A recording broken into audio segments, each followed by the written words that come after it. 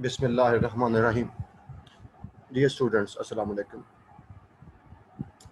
Today we are going to study synthesis of starch, one of the storage polysaccharide.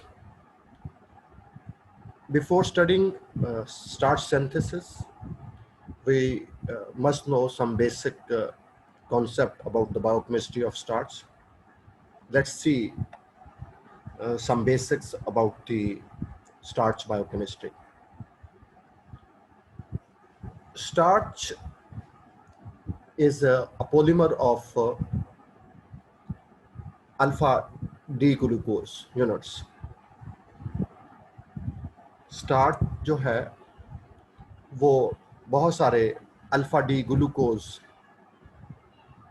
से मिलकर बनता है और these alpha D glucose are linked with each other by alpha 1,4 glycosidic linkage. ये alpha 1,4 glycosidic linkage क्या होती है, हल्का सा उसकी बात कर लेते हैं. Look at the cursor. This is alpha D glucose, glucopyranose. Alpha D glucopyranose है. उसकी कार्बन नंबर 1, 2, 3, 4, 5 और ये वाली कार्बन नंबर 6. और इसी तरीके से ये एक और अल्फा डी ग्लूकोज, कार्बन 1, 2, 3, 4, 5 और ये वाले 6. दो अल्फा डी ग्लूकोज आपस में रिएक्ट करते हैं और ये रिएक्शन पहले ग्लूकोज की कार्बन नंबर 1 का हाइड्रोक्सी ग्रुप दूसरे ग्लूकोज की कार्बन नंबर 4 का जो हाइड्रोक्सी ग्रुप है उनके बीच में होता है. ये डिहाइड्रेशन सिंथेसिस है, कंडेंसेशन होती है.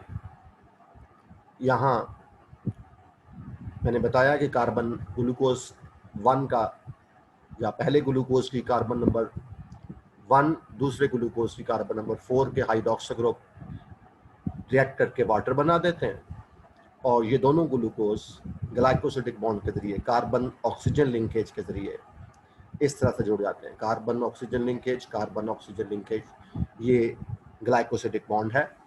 क्योंकि रिएक्शन कार्बन नंबर 1 और कार्बन नंबर 4 के दरमियान हुआ है, एक ग्लूकोज की कार्बन नंबर 1 दूसरे ग्लूकोज की कार्बन नंबर 4 के बीच में रिएक्शन हुआ, इसलिए this is called alpha 1,4 glycosidic linkage. Alpha इसलिए कहते हैं कि ग्लूकोज यूनिट्स जो यहाँ इस्तेमाल हुए वो अल्फा ग्लूकोज हैं और 1,4 इसलिए कि एक ग्लूकोज की कार्बन नंबर 1 दूसरे ग्लूकोज की कार्बन नंबर 4 इस्तेमाल हुई. यूं बहुत सारे ग्लूकोज मालिक्यूल अल्फा 1,4 लिंकेज के जरिए आपस में जुड़ जाते हैं. ये जो unbranch chain of glucose molecule आपके सामने नजर आ रही है, this is a type of starch called amylose. Amylose में अनब्रांच चेन ऑफ ग्लूकोज होती है और दो ग्लूकोज मालिक्यूल के दरमियान जो लिंकेज है वो 1,4 ग्लाइकोसिडिक लिंकेज है. देन आपको ये भी पता है कि ग्लूकोज स्टार्च की एक और टाइप होती है, दैट इज एमाइलोपेक्टिन. ये ब्रांच्ड होती है और एक ब्रांच में तो ग्लूकोज मालिक्यूल आपस में अल्फा 1,4 ग्लाइकोसिडिक लिंकेज के जुड़े हुए हैं. ये यहाँ अल्फा 1,4 ग्लाइकोसिडिक लिंकेज है, ये भी अल्फा 1,4 ग्लाइकोसिडिक लिंकेज है, ये सारी अल्फा 1,4 ग्लाइकोसिडिक लिंकेज है. लेकिन जिस जगह पर ब्रांच होती है, सपोज कि यहाँ ब्रांच बन रही है, ये ब्रांच बन रही है, जब ब्रांच बनती है तो एक ग्लूकोज की कार्बन नंबर 1 दूसरे ग्लूकोज की कार्बन नंबर 6 के साथ लिंकेज बनाती है. एक ग्लूकोज की कार्बन नंबर 1 दूसरे ग्लूकोज की कार्बन नंबर 6 के साथ लिंकेज बनाती है. यूं अल्फा 1,6 ग्लाइकोसिडिक लिंकेज होती है at the point of branch. Branch वाली जगह पर अल्फा 1,6 ग्लाइकोसिडिक लिंकेज होती है. This is some basic about the biochemistry of starch. Now let's study the actual topic, that is synthesis of starch. बच्चों, starch synthesis occur in the chloroplast. सबसे पहली बात, both starch and sucrose are synthesised from the trioses phosphate that are generated by the Calvin cycle. Starch बनाने के लिए वैसे तो glucose चाहिए, ग्लूकोज यूनिट्स चाहिए, लेकिन ये ग्लूकोज कहाँ से आता है, कैसे बनता है, इसका पाथवे भी हम पहले पढ़ेंगे। इसके लिए हमें ट्राइफॉस्फेट, सेल को रिक्वायर्ड है ट्राइफॉस्फेट्स, सॉरी टाइओसिस फॉस्फेट, टाइओसिस फॉस्फेट जो कैल्विन साइकिल में बनते हैं। और you must know Calvin cycle में जो टाइओसिस फॉस्फेट बनते हैं वो ग्लिसरल्डिहाइड 3 फॉस्फेट होता है। ये उनकी बात कर रहा है। वो ग्लिसरल्डिहाइड 3 फॉस्फेट को इस्तेमाल करना है ग्लूकोज बनाने के लिए, और फिर उस ग्लूकोज को इस्तेमाल करना है स्टार्च बनाने के लिए। Starch is synthesised in the chloroplast, जबकि यही टाइओसिस फॉस्फेट जो है वो सुक्रोज भी बनाएंगी, उनकी सिंथेसिस साइटोसोल में होती है। तो यहाँ हमारा कंसर्न स्टार्च है, तो starch is synthesised in the chloroplast. Starch की सिंथेसिस में जैसे मैंने बताया कि पहले ग्लूकोज की सिंथेसाइज करना है, उसके लिए जो मेटाबॉलिक पाथवे क्लोरोप्लास्ट में हो रहा है उसकी तरफ चलते हैं। Pathway of starch synthesis.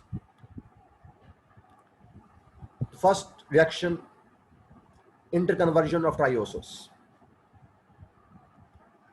As you know, the triose which is produced in the Calvin cycle is glyceraldehyde 3 phosphate. But here plant also required another triose, that is dihydroxyacetone 3 phosphate. ये कहाँ से आता है? ये ग्लिसरल्डिहाइड से ही बनता है। Cell के अंदर ग्लिसरल्डिहाइड से डाइहाइड्रोक्सीएसीटोन 3 फॉस्फेट और डाइहाइड्रोक्सीएसीटोन से ग्लिसरल्डिहाइड बनता रहता है। इनकी इंटरकन्वर्जन होती रहती है, and this will take place with the help of enzyme triose phosphate isomerase. बच्चों, ये जो स्ट्रक्चर, क्योंकि आप पढ़ रहे हैं इसलिए जैसे आप व्हाइट बोर्ड की तरफ देखते हैं पढ़ते हुए, आप स्क्रीन की तरफ देखिएगा। ये मैंने अपनी तरफ से ग्लिसरल्डिहाइड बनाया, दिस वन। ये ग्लिसरल्डिहाइड की कार्बन नंबर 1 जो कार्बोनाइल कार्बन है, फिर कार्बन नंबर 2 जिसके पास हाइड्रोक्सी ग्रुप है, कार्बन नंबर 3 का हाइड्रोक्सी ग्रुप भी होता है, फिर वैलेंसी पूरी की गई है हाइड्रोजन लगाकर। लेकिन यहां कार्बन नंबर 3 के साथ फॉस्फेट ग्रुप अटैच है। कार्बन नंबर 3 का जो हाइड्रोक्सी ग्रुप था उसने एस्टर लिंकेज बना दी with hydroxy group of phosphoric acid. यूं CH2O P double bond O ये फॉस्फेट ग्रुप है। आप यहां पर सिर्फ ये भी लिख सकते हैं CH2OP, सिर्फ कैपिटल P लिखते हैं, गुजारा हो जाएगा, वो कैपिटल P रिप्रेजेंट कर देगा कि ये फॉस्फेट ग्रुप है। देखें स्ट्रक्चर अगर ड्रॉ करना, रिएक्शन ड्रॉ करना है तो फिर ग्लिसरल्डिहाइड का स्ट्रक्चर आपको आना चाहिए।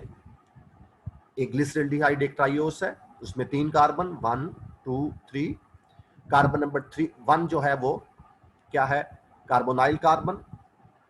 बाकी तमाम कार्बन के साथ हाइड्रोक्सी ग्रुप लगाकर वैलेंसी पूरी की गई है, और कार्बन नंबर 3 के साथ हमने फॉस्फेट ग्रुप अटैच किया, तो ये ग्लिसरल्डिहाइड 3 फॉस्फेट।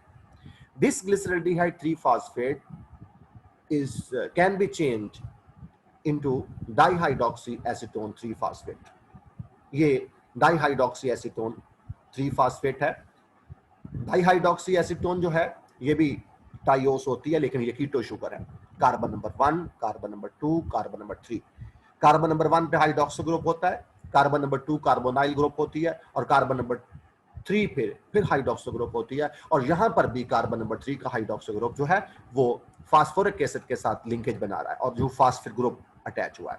तो क्योंकि डाइहाइड्रोक्सी एसीटोन 3 फॉस्फेट का मतलब यह है कि कार्बन नंबर 3 के साथ फास्फेट ग्रुप है।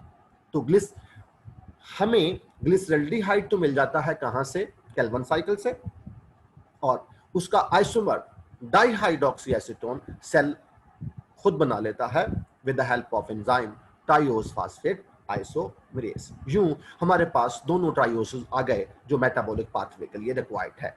कौन कौन से? ग्लिसरल्डिहाइड 3 फॉस्फेट और dihydroxy acetone phosphate. So this is the first reaction of starch metabolic pathway, that is interconversion of thiouses. Then next, synthesis of fructose 1,6 bisphosphate. Synthesis of fructose 1,6 bisphosphate, the second reaction of this metabolic pathway. 1-dihydroxyacetone 3-phosphate. This is dihydroxyacetone 3-phosphate. ये पहले से different आपको इसलिए नजर आ रहा है कि अब कार्बन नंबर 1 ये है, 2 ये है, 3 ये है, आप जैसे मर्जी बना लें. Dihydroxyacetone 3-phosphate और this one is glyceraldehyde 3-phosphate. 1-dihydroxyacetone 3-phosphate and 1-glyceraldehyde 3-phosphate combine with the help of enzyme aldolase. As a result of this reaction, fructose 1,6 bisphosphate is produced. Synthesis of fructose 1,6 bisphosphate, metabolic pathway का जो पहली product है वो fructose 1,6 bisphosphate है. इसको बनाने के लिए सेल ने क्या यूज किया? 1-डाइहाइड्रोक्सीएसीटोन फास्फेट और 1-ग्लिसरल्डिहाइड 3-फॉस्फेट. एंजाइम कौन सा यूज हुआ? एल्डोलेज. और प्रोडक्ट बनी फ्रक्टोज 1,6 बिसफॉस्फेट.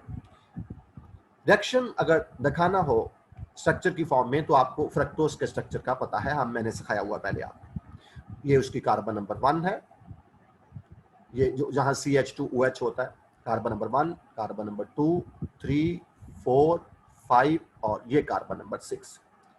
तो कार्बन नंबर 6 पे CH2OH जो था उस हाइड्रोक्सी ग्रुप ने फास्फोरिक एसिड के साथ एस्टर लिंकेज बनाई, यूं फास्फोरिक ग्रुप अटैच हो गया कार्बन नंबर 6 के साथ. और at the same time carbon number 1 की जो हाइड्रोक्सी ग्रुप था उसने भी एस्टर लिंकेज बनाई विद द फास्फोरिक एसिड. यूं कार्बन नंबर 1 के साथ फास्फोरिक ग्रुप भी अटैच हो गया. तो फ्रक्टोज की कार्बन नंबर 1 और कार्बन नंबर 6 के साथ फास्फोरिक ग्रुप अटैच है. ये कार्बन नंबर 6 है, 2 नहीं है, कार्बन नंबर 6 है. तो फ्रक्टोज 1,6 बिसफॉस्फेट बन गया. तो मेटाबॉलिक पाथवे में पहला काम क्या हुआ था? Interconversion of thiouses. Glyceraldehyde 3-phosphate is changed into its isomer dihydroxyacetone 3-phosphate with the help of enzyme thiouses phosphate isomerase. Then दूसरे स्टेप में एक glyceraldehyde 3-phosphate और एक dihydroxyacetone 3-phosphate ने मिलकर फ्रक्टोज 1,6 बिसफॉस्फेट बनाया और this reaction is catalysed bye enzyme aldolase. अगर आपको स्ट्रक्चर नहीं भी बनाने आते तो बेहतर तो यही है कि स्ट्रक्चर बनाने आना चाहिए, लेकिन अदरवाइज आपको रिएक्टेंट, प्रोडक्ट और एंजाइम के नाम का पता जरूर होना चाहिए. बेसिक केमिस्ट्री जरूर पता होनी चाहिए. सेकंड ये स्टेप था. थर्ड स्टेप में fructose 1,6 bisphosphate is converted into fructose 6-phosphate with the help of enzyme fructose 1,6 bisphosphatase. बच्चों ये fructose 1,6 bisphospate था पहले रिएक्शन वाला.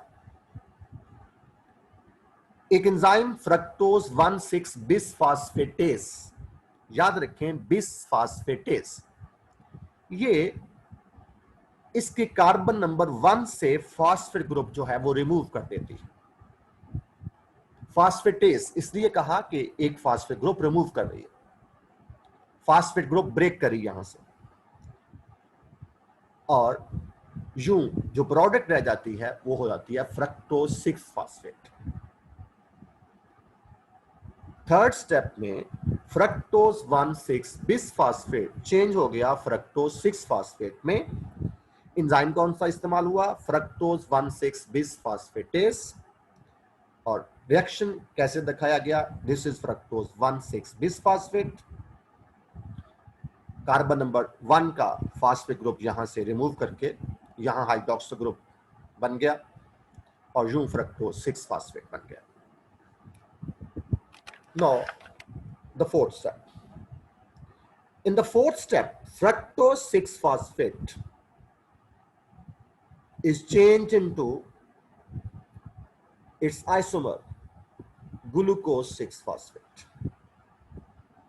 Fructose 6-phosphate is changed into glucose 6-phosphate.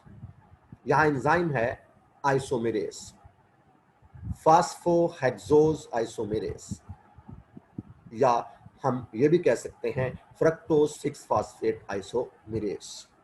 आमतौर पर फास्फोहेक्सोज आइसोमेरेज एंजाइम का नाम दिया जाता है। ये था फ्रक्टोज 6-phosphate, चेंज हुआ है ग्लूकोज 6-phosphate में, तो हम अल्फा ग्लूको पायरानोज बनाएंगे और उसकी कार्बन नंबर 6 के साथ फास्फेट ग्रुप जोड़ देंगे। यूं फ्रक्टोज 6-phosphate ग्लूकोज 6-phosphate में चेंज हो जाएगा। एंजाइम कौन सा है? Phosphohexose isomerase. In the 5th step, glucose 6-phosphate is converted into glucose 1-phosphate. Phosphate group 6 carbon से, ग्लूकोज की कार्बन नंबर 6 से ये जो फास्फेट ग्रुप है, it is then transfer to carbon number 1, इसके ऊपर ट्रांसफर हो जाएगा। Enzyme is phosphoglucomutase. Mutase enzyme जो होते हैं वो फास्फेट ग्रुप को एक कार्बन से दूसरे कार्बन पे ट्रांसफर करते हैं।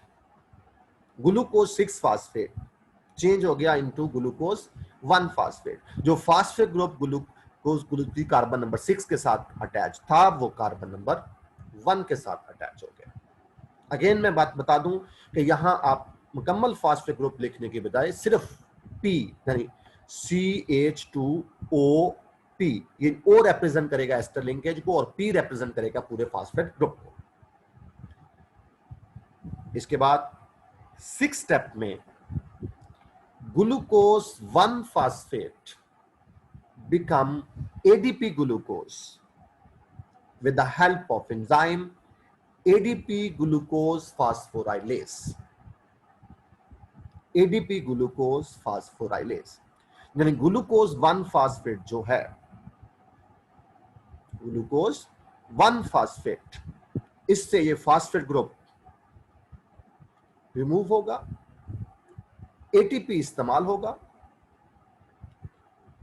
और एडीपी, एटीपी इस्तेमाल होगा। एटीपी से जो एडीपी होगा वो ग्लूकोज की कार्बन नंबर 1 के साथ अटैच हो जाएगा।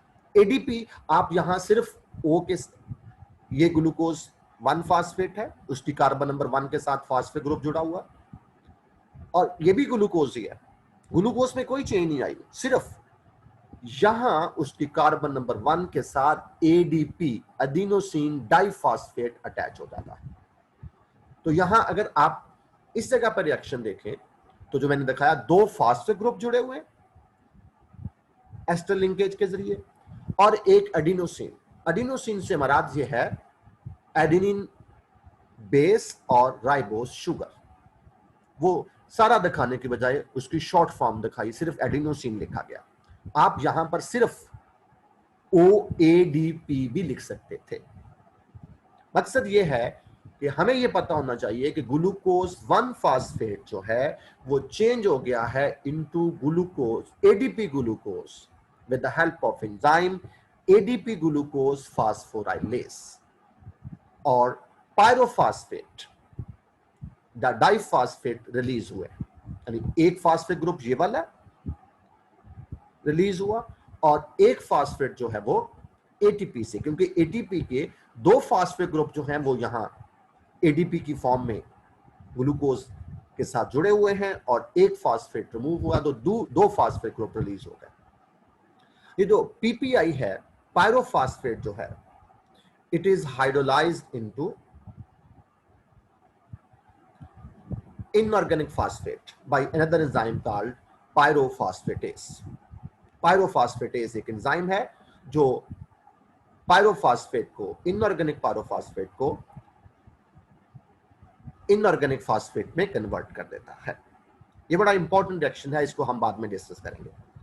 तो याद रखें, ये जो एडीपी ग्लूकोज हमने बनाया है, सेल ने जो एडीपी ग्लूकोज बनाया है, actually this is the ultimate precursor of starch synthesis. Starch को सिंथेसाइज करने के लिए ये एडीपी ग्लूकोज चाहिए था, जो बन गया। मैं जो प्रोसेस हुआ, जो मेटाबॉलिक पाथवे हुआ एडीपी ग्लूकोज बनने से पहले, वो आपको बता देता हूं, आप देख लें। तो फिर पहले काम तो चाहिए हमें, 2 ट्राइओसिस चाहिए। सेल को चाहिए 2 ट्राइओसिस, ग्लिसरल्डिहाइड 3 फास्फेट और dihydroxy acetone 3 phosphate. Glyceraldehyde 3 phosphate Calvin cycle से बन के आती है। उस ग्लिसरल्डिहाइड 3 फास्फेट को डाइहाइड्रोक्सी एसीटोन फास्फेट में सेल चेंज कर लेता है with the help of enzyme triose phosphate isomerase.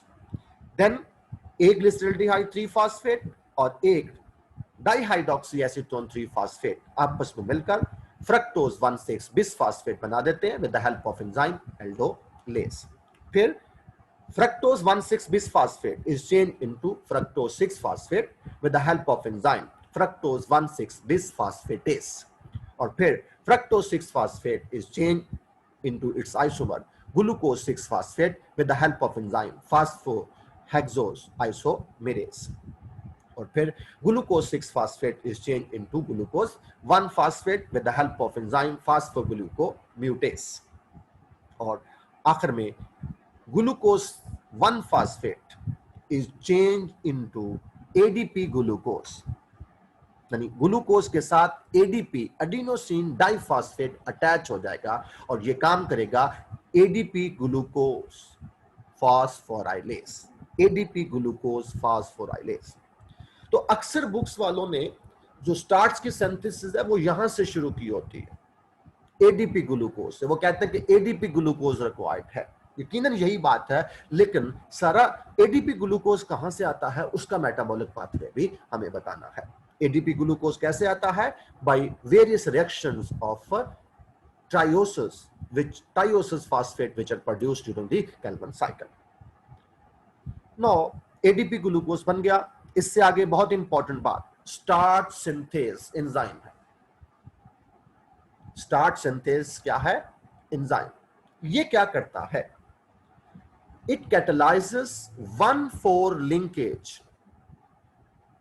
between non-reducing end of glucose chain and glucose from the ADP glucose. Starch synthase enzyme ADP glucose से glucose लेता है और growing chain जो होती है, जिसको उसने ग्लूकॉन चेन कहा, ग्रोइंग चेन, उसके नॉन रिड्यूसिंग एंड पे 1,4 लिंकेज के जरिए जोड़ देता है। देखिएगा ये रिएक्शन दिखाया गया है। दिस इज बच्चों एडीपी ग्लूकोज। एडीपी ग्लूकोज बता दिया गया, ग्लूकोज उसके साथ 2 फास्फेट ग्रुप, वो जो फास्फेट ग्रुप एडीपी में होते हैं, और ये एडिनोसिन यानी एडेनिन प्लस राइबोस शुगर। और ये जो है ये ग्रोइंग चेन है, जो एमाइलोज की चेन भी हो सकती है, एमाइलोपेक्टिन की चेन जो सेल के अंदर बन रही थी, ग्रोइंग चेन है।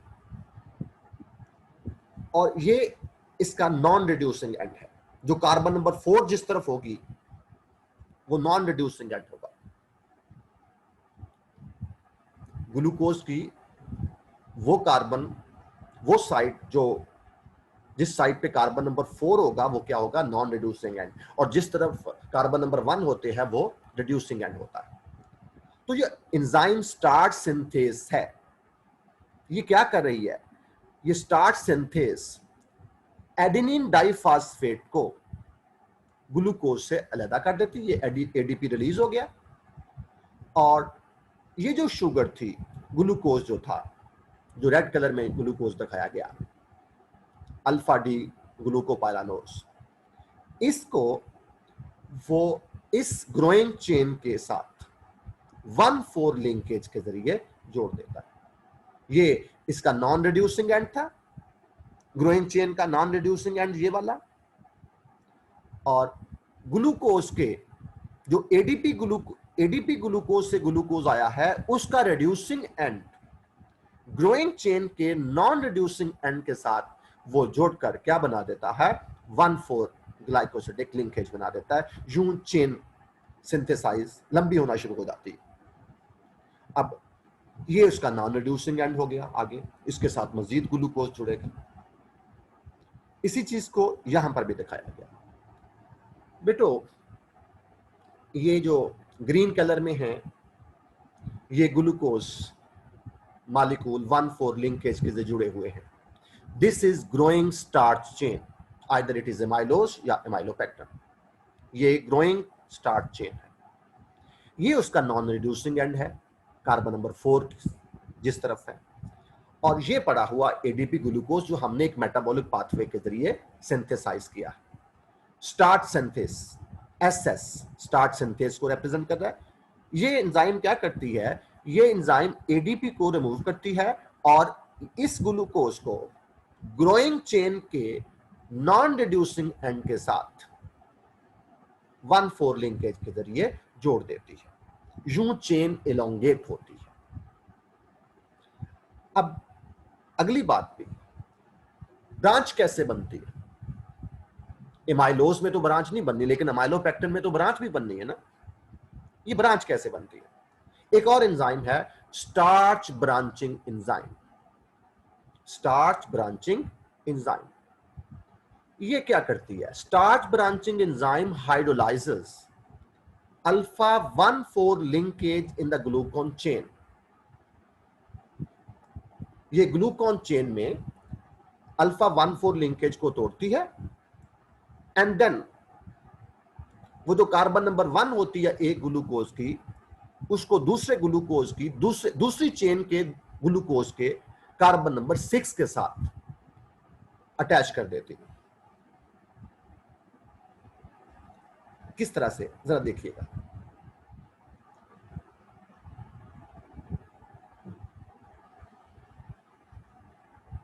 आप जिस समझेगा, चलें इधर देखते हैं। ये एक चेन पड़ी है स्टार्च की, ये दूसरी स्टार्च की चेन है। ये जो स्टार्च ब्रांचिंग एंजाइम है वो इस जगह पर या इस जगह पर, किसी भी जगह पर, यानी 1,4 लिंकेज को ये ब्रेक करेगी। इस जगह 1,4 लिंकेज को ब्रेक करेगी और इस कार्बन को, जो कार्बन नंबर 1 है, इसको दूसरी चेन के किसी ग्लूकोज की कार्बन नंबर 6 के साथ 1,4 लिंकेज के जरिए अटैच कर देगी। यूं ब्रांचेस बनना शुरू हो जाती, ब्रांचेस भी बनती। यही बात लिखी है कि starch branching enzyme hydrolyses breakdown alpha 1,4 linkage in the glucon chain in a stable double helical conformation। जब दो चेन एक दूसरे के करीब पड़ी होती हैं, उनमें से एक चेन को जो है वो क्या करती है, उसकी अल्फा 1,4 लिंकेज को ब्रेक करके and then catalyses the formation of alpha 1,6 linkage. वो अल्फा 1,6 लिंकेज बनाती है between reducing end of the cut chain, जिस चेन को काटा है उसके रिड्यूसिंग एंड, यानी उसकी कार्बन नंबर 1 को, and the glucose in the another chain, और जो ग्लूकोज जो दूसरी चेन का जिसको काटा नहीं है उसकी कार्बन नंबर, ग्लूकोज की कार्बन नंबर 6 के हाइड्रोक्सी ग्रुप के साथ उसको अटैच कर देती है, 1,6 लिंकेज बना देती है। This is how branches are produced. This is all about synthesis of starch. बेटो हमने ये पढ़ा है कि स्टार्च की सिंथेसिस क्लोरोप्लास्ट में होगी। स्टार्च की सिंथेसिस के लिए जो मोनोसैकेराइड्स हैं, सिंपल शुगर्स हैं, वो डायोसिस फास्फेट, वो सेल कैल्विन साइकिल से वाले इस्तेमाल करेगा। एक ग्लिसरल्डिहाइड 3 फास्फेट, एक डाइहाइड्रोक्सी एसीटोन फास्फेट से काम शुरू होगा। फ्रक्टोज 1,6 बिस फास्फेट बनेगा। फ्रक्टोज 1,6 बिस फास्फेट फ्रक्टोज 6 फास्फेट पे चेंज होगा। फ्रक्टोज 6 फास्फेट ग्लूकोज 6 फास्फेट में चेंज होगा। ग्लूकोज 6 फास्फेट से ग्लूकोज 1 फास्फेट बनेगा और फिर ग्लूकोज 1 फास्फेट जो है is change into ADP glucose, और these ADP glucose then join with the growing chain in order to elongate the starch chain. और ब्रांच बनाने के लिए जो है वो दो चेन के ग्लूकोज को कार्बन 1 और 6 के जरिए आपस में जोड़ दिया जाता है। This is all about the synthesis of starch. Thank you very much.